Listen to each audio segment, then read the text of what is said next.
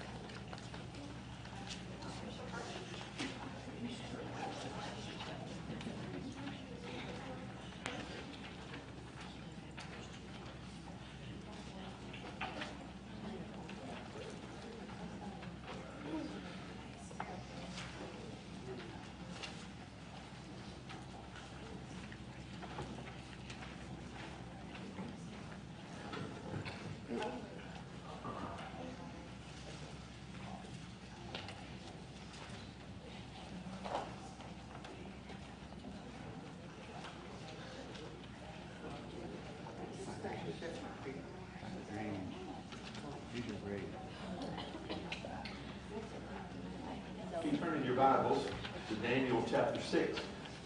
Daniel chapter 6. Daniel 6.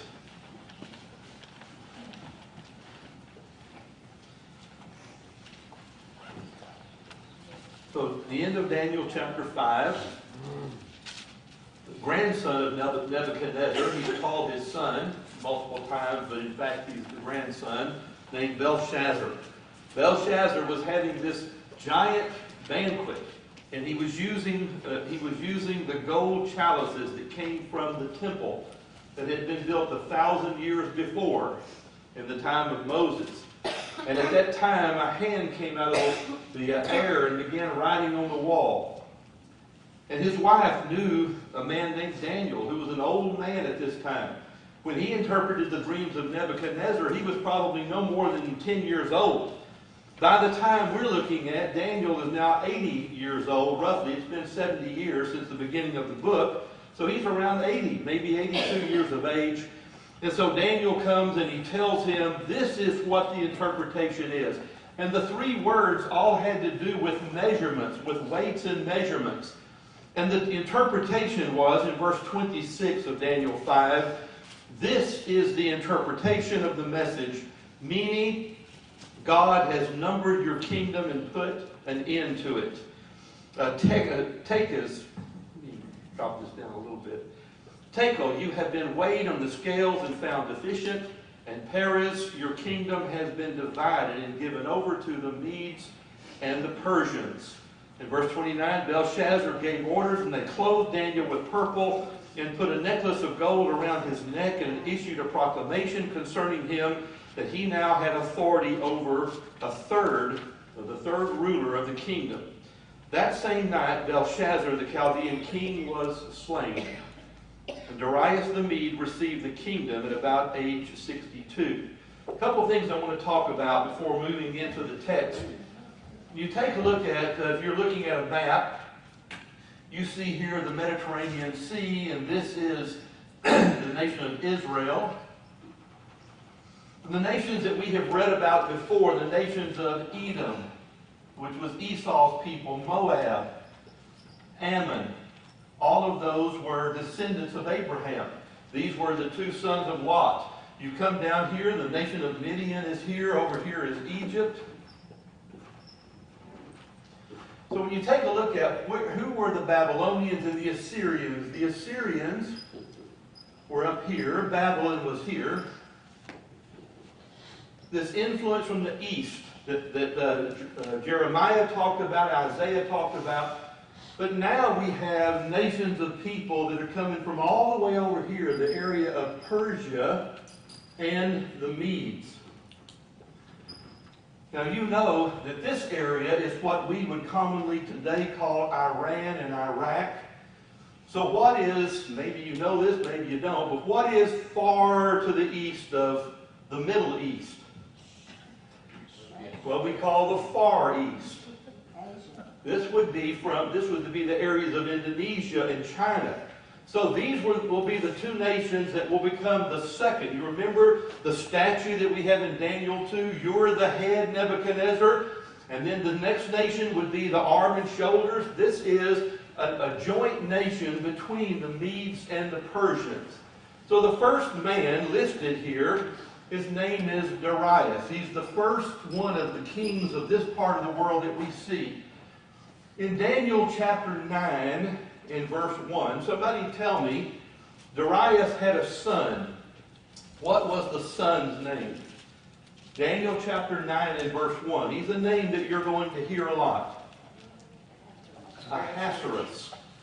Anybody know who Ahasuerus is? He was the husband of Esther.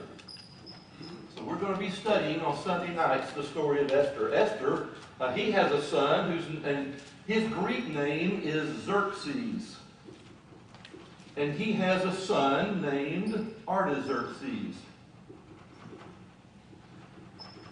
Now I get asked often, was Artaxerxes the son of Esther? Esther was 53 years old, roughly, when she was taken as the wife of Ahasuerus.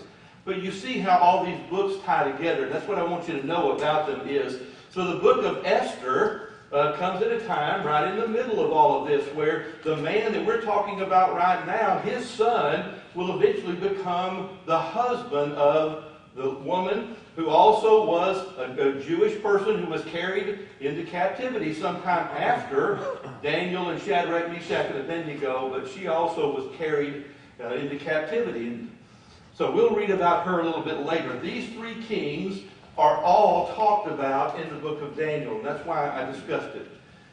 When these kings took over, they had a whole different way of running business. So they would put many, many governors, 120 governors in this case, and they divided the kingdom up into 3 presidents. One of those presidents was Daniel. Can you imagine that there might be a little problem with the Babylonian people and the Persian people because one of their presidents was a Jew? You think that was a problem? So throughout all of biblical history, you see it all the way back in the time of Joseph. You see it in Shadrach, Meshach, and Abednego. You see it in the case of Daniel. The people of God were always viewed with contempt. Is it a little bit odd today in this country that most Christians nowadays are viewed as being ignorant, as people are afraid of us? Do you see that all around you? It's been that way since the beginning of time. So the story of Daniel is one of envy and jealousy. And how did he get that job? Now I want to pick up beginning in verse 1 and reading the text in just a moment. Magnus, would you lead us in prayer, please? Our Father in heaven, we thank you for this Sunday morning we can be together as a church. Father, we thank you for your love and for your mercy through Jesus, our Lord and Savior. Be with us during this hour, Father, as we study your word. We pray that we may become a little wiser with wisdom, that we may carry your word to those who do not know or have not heard your word. We thank you again for all that you've given to us in life, our Bible, all the spiritual blessings in life, most of all for Jesus, our Lord and our Savior, and for that sacrifice that he made for us.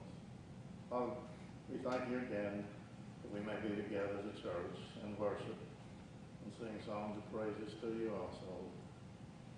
For it's in Christ's name we pray for forgiveness of our sins. In Christ's name that we pray. Amen.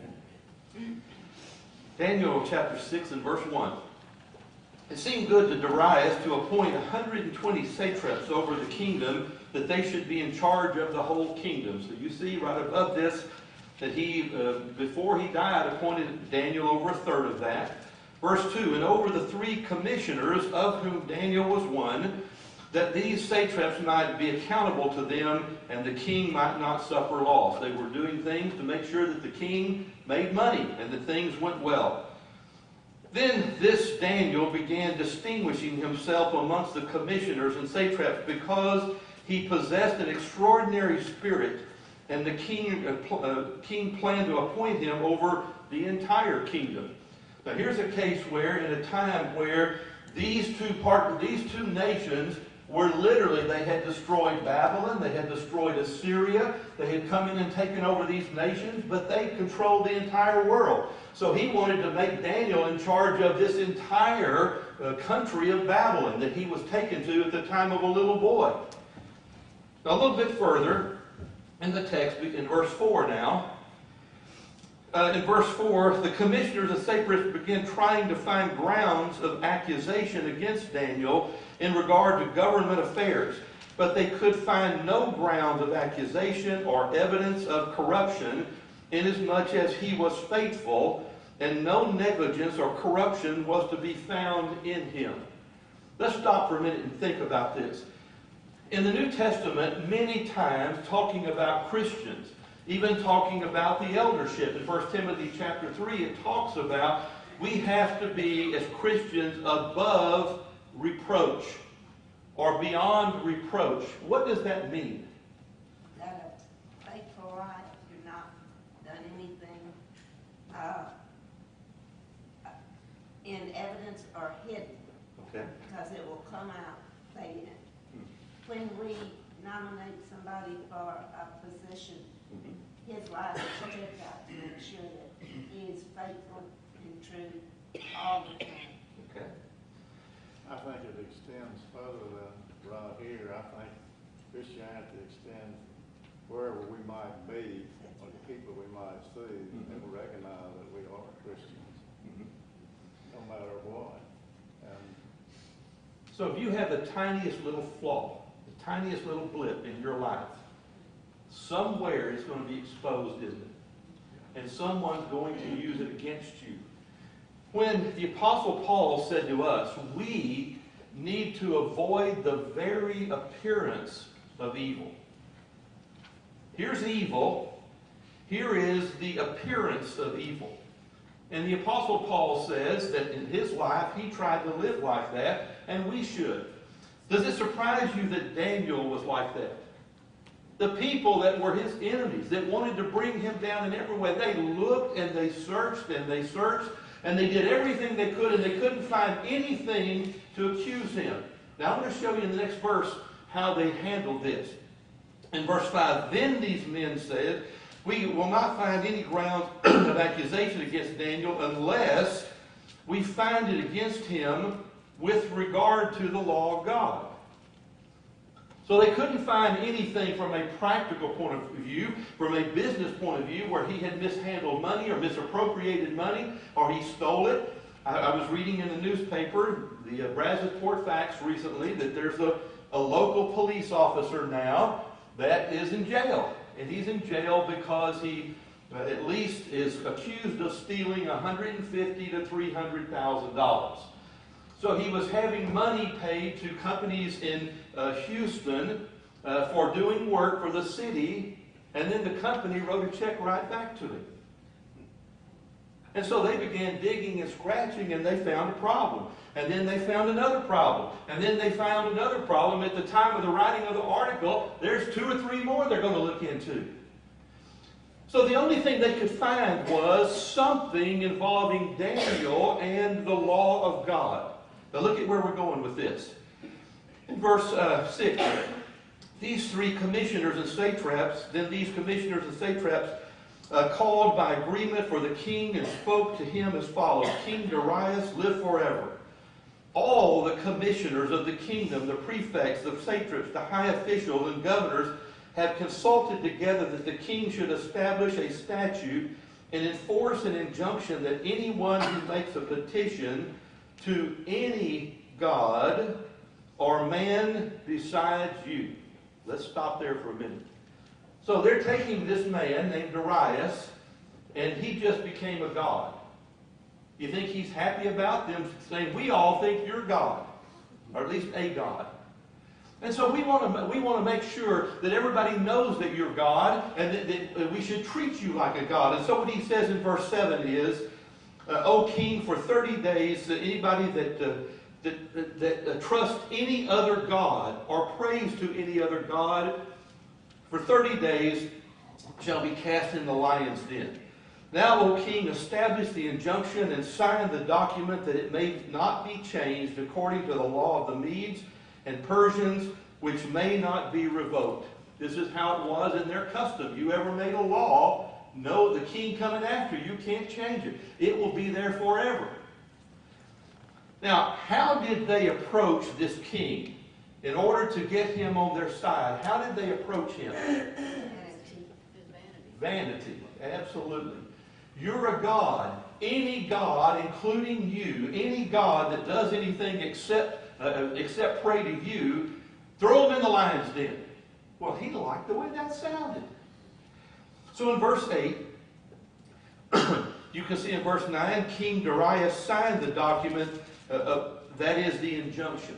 Now what you're going to find out in a little bit is Darius, even though he's a vain man and he likes to be called a god, he actually has a conscience. And the conscience begins troubling him pretty significantly. In verse 10, when Daniel knew that the document was signed, he entered his house now in the roof of chamber, which had a window toward Jerusalem, and he continued kneeling on his knees 3 times a day, praying and giving thanks before his God, as he had done previously. So here's a question for you. Because in our country, this is beginning to happen more and more and more every year. So the president or the Congress signs a law that says you can't worship anymore. Anybody caught meeting in a church house on Sunday will be thrown in jail. Looking at Daniel as our example, how did he handle that information? Did it have any impact on him at all? Now I want you to think about something. Turn back to chapter 1 and verse 8. There's a verse here that I want you to look at. And I want to just make a point. In chapter 1 and verse 8, when Daniel was a young man, now there is roughly 70 years from Daniel 1 to Daniel 6 where we are right now. So he's around 80 years old, if you assume he was 10 at the time. Look in verse 8 and it says, Daniel did something in verse 8. When it came to, we want you to eat this kind of food, we want you to wear these kind of clothes, we're going to change your name. What do you see in Daniel chapter 1 and verse 8? It says he would not follow. He made his mind up. Now let me ask a question. Can people, as they get older and wiser, become godly when they were not godly as a young person?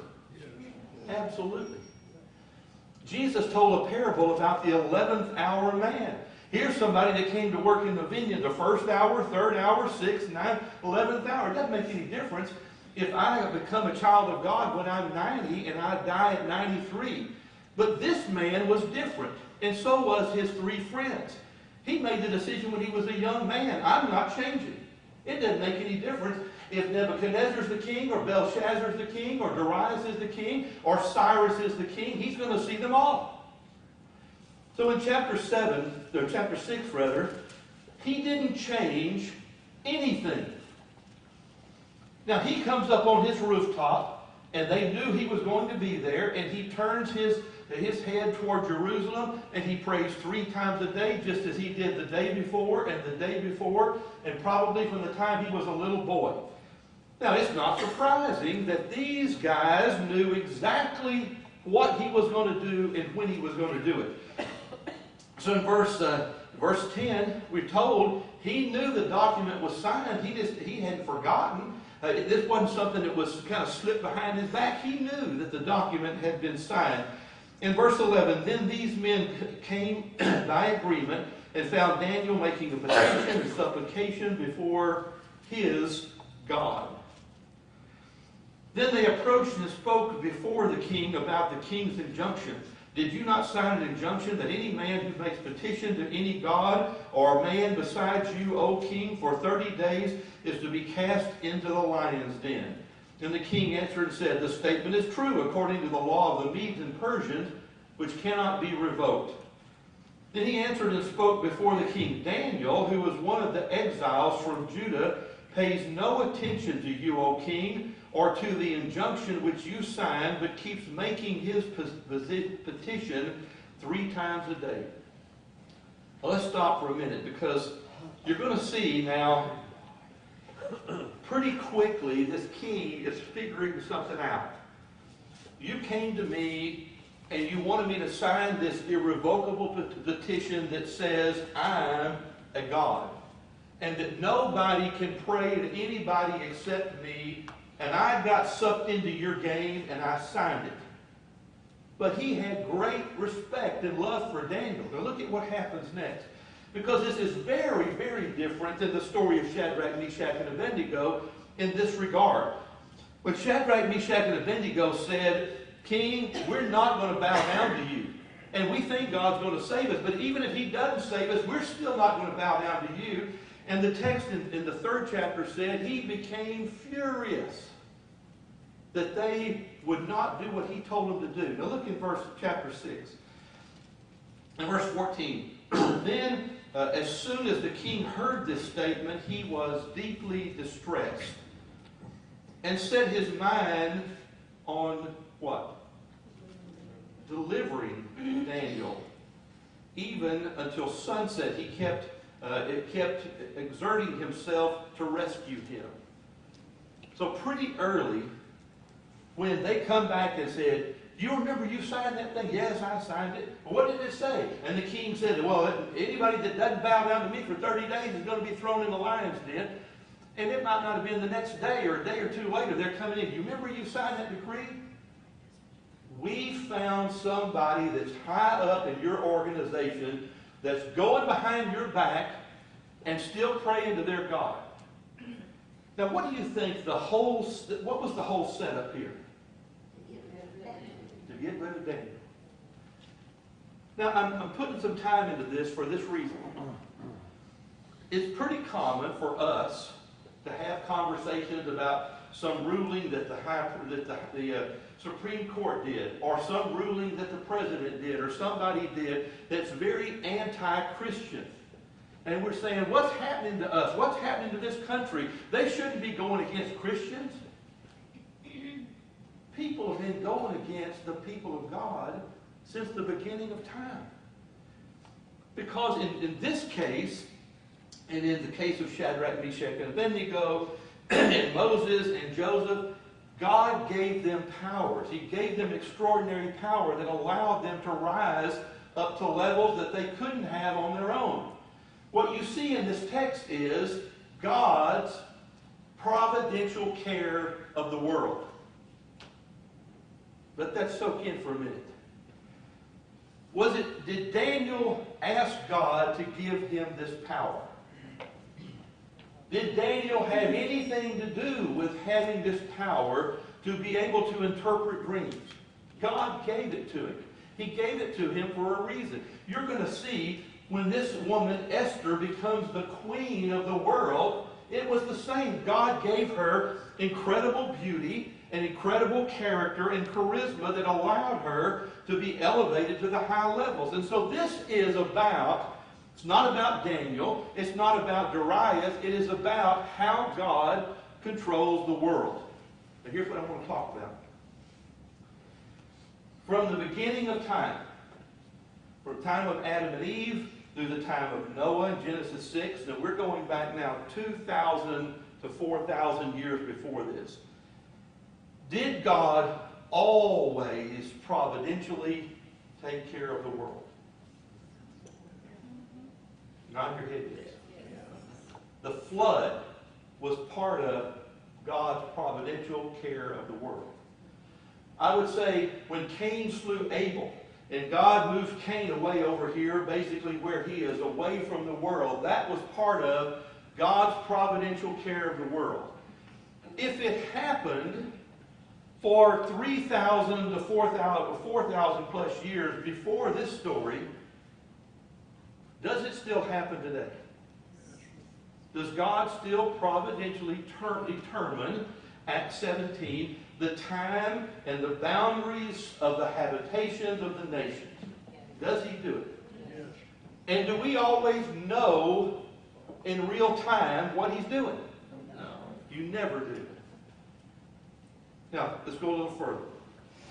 So we can see here now in verse 14, he was deeply distressed. And he spent all night long, he didn't sleep trying to think about how could he get Daniel out of this deal. In verse 15, then these men came by agreement of the king and said, recognize, O king, that this is the law of the Medes and Persians, that no injunction or statute which the king established may be changed. Then the king gave orders, and Daniel was brought in and cast into the lion's den. And the king spoke to Daniel, saying, look at this very, very important verse.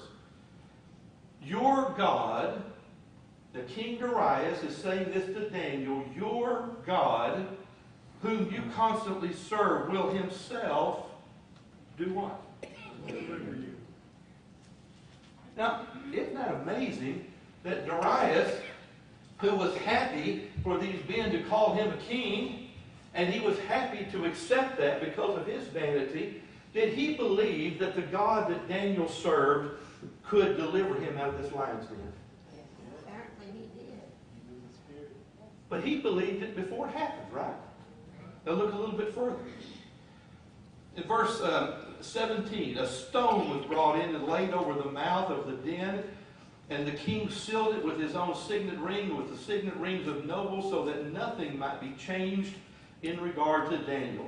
Then the king went off to his palace and spent the night fasting, and no entertainment was brought before him, and his sleep fled from him. You ever had a night like that? You ever had a night that your mind was going 1,000,000 miles an hour? King David in one of the Psalms says he felt like he was swimming in his bed. Rick, Yes. what would it cause him to think that Darius about Daniel's God?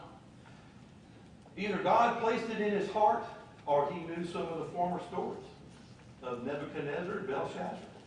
Well, he had grown up in the area where all this was going on.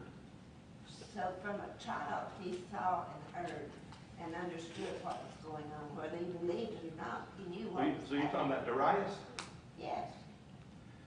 But he grew up a ways away, a long way away from Judah. It was all over the land. Well, that may well have been. I wouldn't disagree with that. I think about when, you remember when Rahab, when the spies came in? Why was she willing to risk her life to help the spies? She knew the story. That happened 40 years before. Yes. Was it Darius who wrote the decree? Yes. And he the one who wanted favor from Daniel? Yeah, that would be some years later, but the same man in Ezra chapter 6. He's the one that did the search late in his life. But I don't know. I don't know how he knew about God unless the stories had been told about Nebuchadnezzar and about Belshazzar. My only question is, did Belshazzar seem to know who Daniel was? The grandson of Nebuchadnezzar, he didn't seem to know or care. That's why his wife had to say, hey, there's an old man that helped your granddaddy out, and I think I can find him. So I don't know the answer exactly how he knew this, but he had some confidence that God could fix the problem that he couldn't fix as the head of the world. Now take a look at this in verse 19. The king arose from the dawn at the break of day and went in haste to the lion's den. And when he came near the den to Daniel, he cried out with a troubled voice. And the king spoke to Daniel, Daniel, Daniel, servant of the living God, has your God, whom you constantly serve, been able to deliver you from the lions? Isn't that amazing? This fellow knew that he was at this time the head of the world. He was the most powerful human being in the world. But because he had put his name to a piece of paper, he couldn't fix this problem. But he believed that Daniel's God could. In verse 21, Daniel spoke to the king, O king, live forever. My God sent his angel and shut the lion's mouth, and they have not harmed me, as much as I was found innocent before him. Let that soak in for a minute. Number one, when Nebuchadnezzar looked into the fiery furnace, the first thing he saw that amazed him was there were 4 people, not 3. He says, how many did we put in there? 3. Well, I see 4. What was the 4th one? angel, a messenger of God. How did Daniel get saved? God sent an angel to fix it. So these people said, we can't find anything in his personality. We can't find anything in his business dealings. So the only thing that we can prove that he did something bad was in regard to the law of his God. So the law of his God contradicted the law of the land. Which one did Daniel pick? Which one was he going to be judged by? And that's why he says, the first sentence, he says, Daniel, Daniel, are you still alive? And Daniel said, my God sent an angel that took care of me, inasmuch as I was found, and what does he say? Innocent before him. That's all that matters. Rick, he sent an angel to save him. He sent his son to save us. It's a good point. We got a whole lot better treatment, didn't we? So in the latter part of verse 21, and also towards you, O king, I have committed no crime. They figured that out. And the only law that Daniel was going to be held accountable for was God's law. Do you remember a time when Peter and John were told, do not heal again? Don't do anything. This is in Acts chapter 3. And they said, what did they say to the authorities? Serve God. You can decide whether it's right in your eyes or not, but we're going to serve God rather than man. And shortly after that, they're thrown in jail. Did they live? Absolutely they did. In verse 23, then the king was very pleased. Now, unlike Nebuchadnezzar, before God worked him over 3 times, Nebuchadnezzar wasn't happy. And so that's why the 3 boys were thrown into the fiery furnace. But verse 23, the king was very pleased and gave orders for Daniel to be taken out of the den. So Daniel was taken up out of the den, and no injury whatsoever was found in him because he had trusted in his God. Now I want to stop for a minute and ask a question. Now, let's go back to Daniel 3. I want you to look at a verse. This is what's on my mind. Did Daniel know, any indication he knew in advance that he was going to be saved? Did God give him any indication in advance, as far as our text, that he knew he was going to be saved? I want you to look at verse 16, Daniel 3:16. 3:16, Shadrach, Meshach, and Abednego answered and said to the king, O Nebuchadnezzar, we do not need to give you an answer concerning this. He asked them, were they going to stop serving God and only bow down to him? Verse 17, if it be so, our God whom we serve is able to deliver us from the furnace of blazing fire, and he will deliver us out of your hand, O king. That sounds good, doesn't it? Look at the next verse. But even if he does not, let it be known to you, O king, that we are not going to serve your God or worship the golden image that you have set up. Did they know that they were going to be saved? Did it make any difference? If their words were inflammatory towards the king. Absolutely. They absolutely were. Owen says that sometimes people tell me that when they're listening to the tape, they can't hear the questions. The words that they used were very inflammatory to Nebuchadnezzar. That's part of why he threw them in there. Now, in looking at this, we like to think, and I've said before, that God gives these Old Testament characters some kind of chip in their brain that he doesn't give us. That he gives them some kind of power that he doesn't give us. Maybe the power is that he gives them advanced knowledge of what's going to happen. There's no indication that he knew that. Now look a little bit further here. So in verse 24, the king gave orders and brought these men who had maliciously accused Daniel. And what happened to them? Cat food.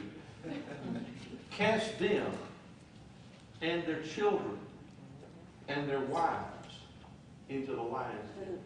And their children. And the children. We're going to study a story coming up here in the book of Esther that is a great story that falls in the same category. And this happened over and over again. Who eventually was punished because of their evil? Not Daniel, but these men and the whole family.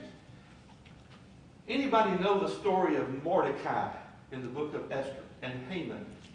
No, I know he got hung on the gallery. They had built like someone else. So he builds this massive, tall gallows to hang his arch enemy. And who eventually gets hung on the gallows? He does. He gets hung on the very gallows that he built. This is our justice. This is how the program works. Let's finish up very quickly. Our time is close to being up. Then Darius the king, verse 25, wrote, all the people, nations, and men of every language who were living in the land, may your peace abound. I make a decree that all the dominion of my kingdom's men are to fear and tremble before the God of Daniel. For he is the living God and endures forever, and his kingdom is one that will not be destroyed, and his dominion will be forever. Now these kings, even though they like to think that they were going to be around a long time, let me just say this to you. Over the next 200 years, there's going to be Darius number 1, Darius number 2, and Darius number 3. There's also going to be 3 Xerxes. Now this nation, the Medo-Persian nation, is going to last a couple of hundred years before the Greeks come in with Alexander the Great. And so this nation was going to last a long time. But was it going to last forever? So they understood, all the way back to Daniel 2, the story that Nebuchadnezzar was told, there's only one nation that will last forever. There's a reason why most of you here, unless you've done a lot of studying in this area, have no clue about the Babylonian Empire, or about the Medo-Persian Empire, or about the Greek Empire, or about the Roman Empire.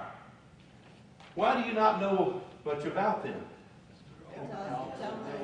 They're all dead. They've been dead a long time. They've been dead 2,000 years. Did the kingdom that God set up, does it endure today? Absolutely. Let's finish this up in verse 28. So Daniel enjoyed success in the reign of Darius and in the reign of Cyrus the Persian, who would be after him. What I want you to think about is this is a great story, a micro story, about a young man who made his mind up in Daniel chapter 1 and verse 8 that he was not going to be defiled by the king's food or by all the things that they were trying to throw on him, all the trappings. Late in his life, when he was faced with absolute death, he was faced with death in the first chapter. If they had not performed well, they probably would have been put to death when he was a little boy. But he was convinced that, and I'm going to just ask this question before I make my point. What would have happened to Daniel if he was thrown in the lion's den and the lion ate him up in 30 seconds? To be forgotten. To be forgotten in history. Would God forgive him? In the book of Philippians chapter 1, the Apostle Paul, who is in prison, he says he knows this. He knows this. Philippians 1:21. My life will be exalted whether in life or in death. Now Paul in his lifetime saw a very godly man named James get his head cut off, right? Peter was next. When the king saw that it had made everybody happy to cut off the head of one apostle, Peter was next. And Peter didn't have a clue if he was going to make it through the night. But an angel of the Lord opens the gate up and Peter walks out. Paul had seen lots of Christians slaughtered in his lifetime, and he had no clue. But he says this, I know one thing for sure, God's going to take care of me whether I die or whether I live. That's why Jesus said in Matthew 10, do not fear those who can destroy the body, but rather fear him who can destroy both body and soul in hell. And Rick, we teach this in our Bible class, and I love the story of Daniel, because even the little kids can understand. And what I emphasize on is that no matter what anybody say, the king said, Daniel loved God, and Daniel chose to obey God versus the king. The kids understand that quite well in the Bible class. If you focus on Daniel having his mind made up, no matter what happened, he was going to serve God no matter what. That's a good point. Two things I want to leave you with. Number one, this story is bigger than one old man. It is about God's providential care of the world. It was happening for 4,000 years before Daniel, and 2,000 years after, 2,500 years after, it's still happening. The second thing I would tell you is this. What law was Daniel accountable for? And in this text, here's the law of the Medes and Persians. In the verse that we just read, in verse 21, he says, I was found innocent before him. The only law that he cared about, and the only law that he was found innocent of that mattered, was God's law. All right. Rick, Garfield